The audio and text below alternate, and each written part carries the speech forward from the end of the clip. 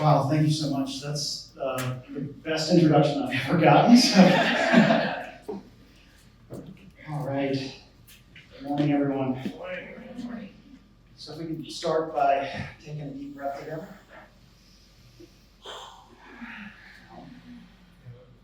No more. Every second breath you take comes from the ocean. So this quote is one of the most important lessons that I come back to over and over and over. It's from the great scientist and science communicator, Carl Sagan. We live in a time where the stories that we say about ourselves, the stories that we tell each other, are often based in fear, they're based in doom, they're based in trying to scare people enough to do something, but often those stories leave out the most important part, which is agency. What are those solutions? What are those opportunities to be the change to the solution that is there in front of us, where we're calling people to action, but we're not giving them something that they can do about it? And that's led to a widespread culture of despair, of nihilism, of feeling disconnected from our future. One of the really, really sad stories that I heard when I was developing my first documentary film was a story on NPR. It was about 6 years ago, about small children under the age of 10 who were already dealing with this deep sense of doom and despair about the future, feeling that they were living on a dying planet and there was no future for them. And they were beginning to call that in clinical spaces climate anxiety. And so as I was developing the first film, I started thinking about this quote that was from Earl C. Ellis's short introduction to the Anthropocene. Is this a story of senseless destruction or a story of awakening and redemption? So the documentary I was developing was about two young guys who were here from Charleston. I think you may have seen one of them at the Library Society a couple years ago. His name is Trip Brower. They were going to sail around the world together in a little tiny boat over 2 years. And together we were going to document the stories of communities that they met along the way. At first we thought, oh my gosh, this is a story that it's going to be an incredible opportunity to document the cultures that might not be there the next time we can go around the world again due to sea level rise, due to climate change. But after sitting in that for months and months and months and developing that story, we realized this is not the story we can tell. This is not the story we can tell. We can't do this to our audience, and we can't do this to ourselves to sit in this story. We need to tell a story about hope. We need to tell a story about solutions. And so as we began to look closer, we found that in each of these communities, the keystone ecosystems, the ecosystems like salt marshes, coral reefs, kelp forests, seagrass meadows, mangroves, were at the heart of not just the sustainability, the survival, the sustenance of these communities. It was also at the heart of their identity. And we were finding heroes like these people who were on the screen, who were actively working to restore and promote the regeneration of these ecosystems that are not just providing the future for all of their own human community, they're also promoting the future of all of the natural systems that surround them. And it was about this time that I was reading the South Carolina Aquarium's Educator Manual, and I was in the 3rd grade section on natural sciences. I came across the ecology section, and I saw that they had a definition for community in that. And the way they define community is it's not just the people in a place, it's all living beings that support and sustain the whole within one shared place. And so I created a new thematic statement, a new unifying idea that was going to support this film, and it turns out all the work that I've done since then, which is to heal our world and ourselves in the process. We must see ourselves as a part of this world, not apart from it. reframing our understanding of communities to include all interconnected life that supports and regenerates itself within a shared place. So as we're going and serving our community, and as we're going and showing up for our neighbors, we're also thinking about all of the living neighbors beyond just the people that surround us, thinking about ways we can promote that greater biodiversity. So from there, during the pandemic, we couldn't really go out and shoot this film anymore. So we started developing the Carolina Ocean Alliance, which was going to be this community serving the outreach side of this film. And from that, we found that due to the isolation that had happened in the Hope Summit, and even just the limitations on resources that had come before that, often nonprofits and educational groups were being forced into these isolated little silos. They were no longer, talking to each other, no longer working together. They were doing incredible work. They were serving our community and were often doing the same work, but they didn't know who their counterpart was below the executive suite. The coordinators didn't know each other. So you might have groups that are doing litter sweeps in the exact same place and taking data on that, and are going back-to-back weekends, and so the one who comes in the next weekend thinks, wow, this place is a lot cleaner than I thought. And that becomes a point of data that they don't know is false.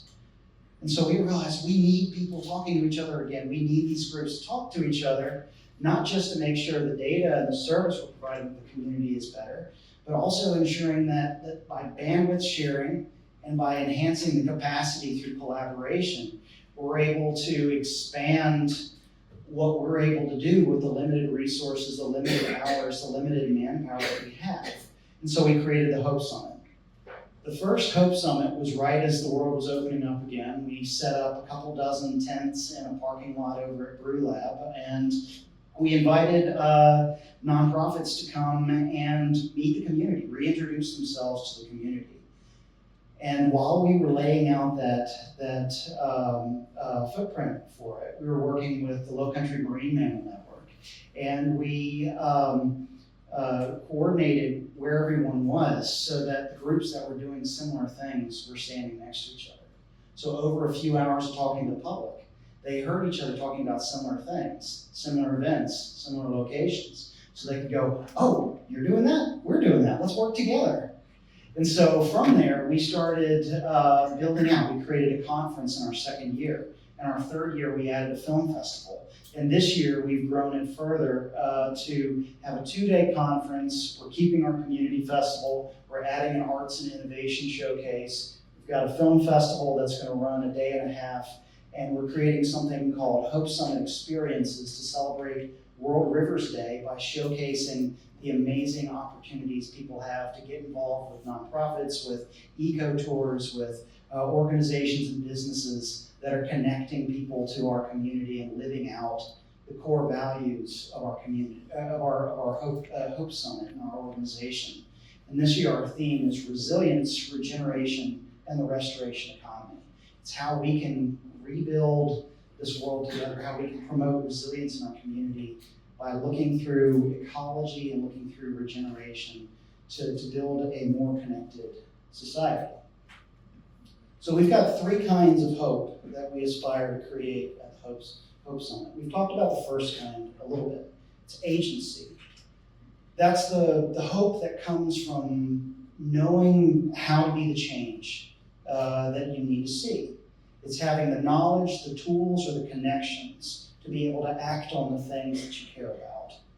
The second kind comes from community. The second kind comes from finding the people who make you feel seen, the people who remind you of why you do what you do, the people who remind you of that love that you had for, maybe it's the thing that inspired you to create what you create today, or the people who inspire you to be your best self, or the salt marsh out there that you desperately want to protect for your kids to be able to go and to grow up around.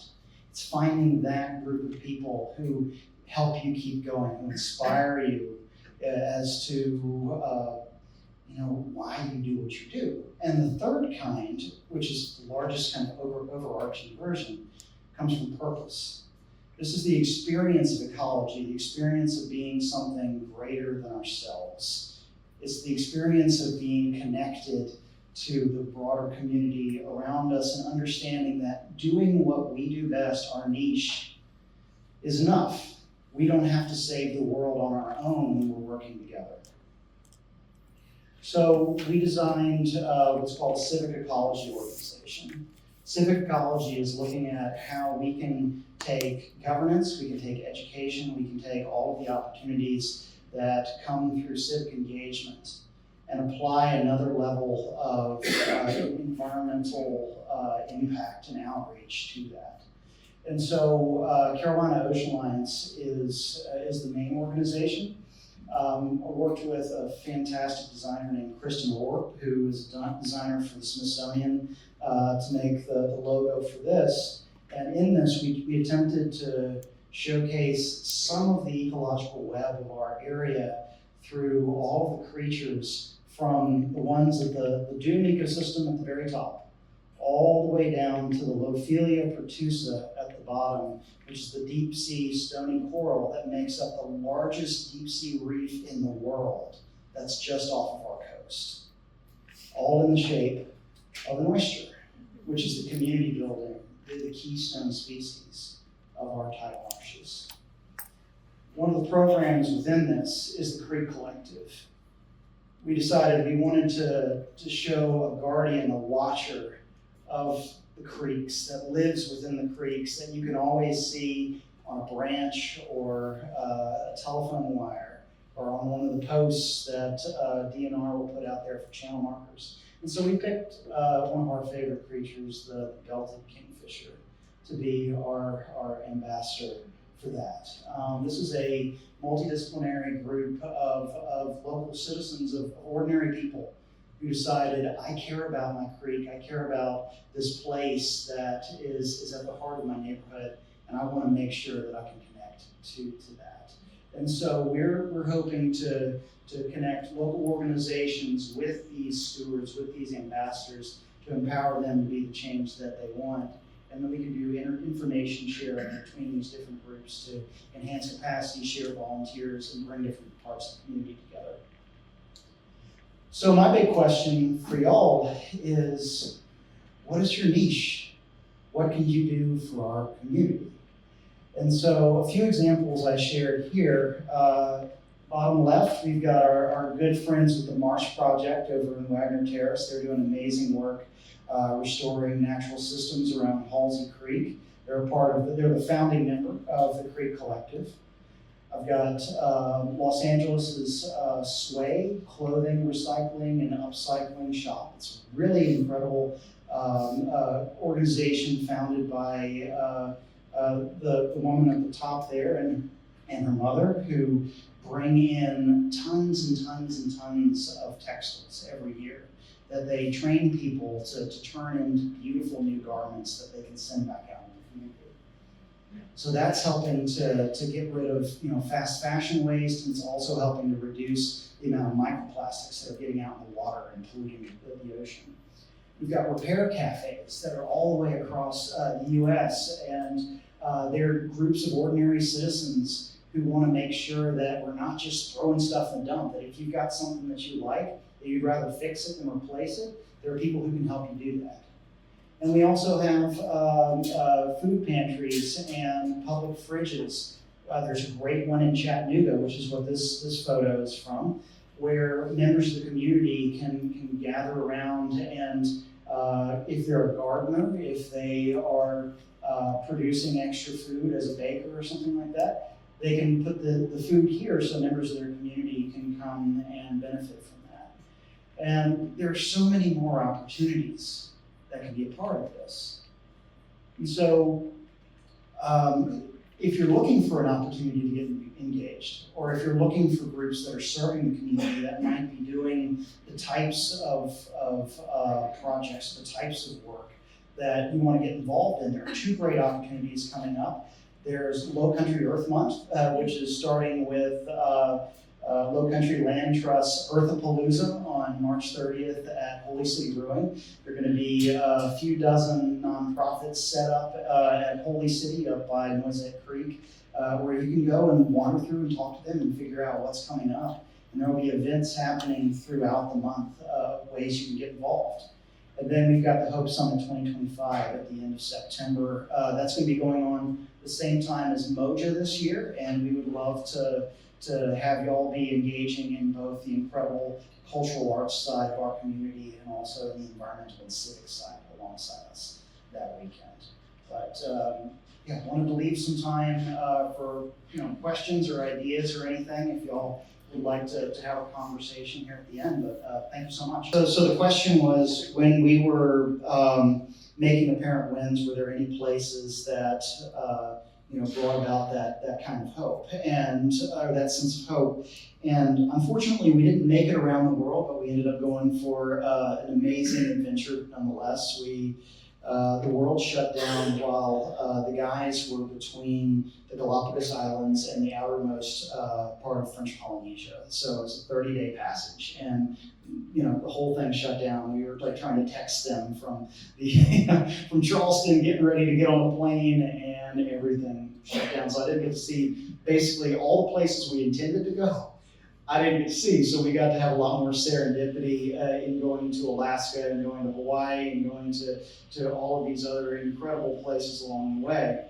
But one group that really stood out for me was a group of local people led by women who were elders of the Tlingit community in Sitka, Alaska, who call themselves the Herring Protectors. They've got a fantastic short documentary, a beautiful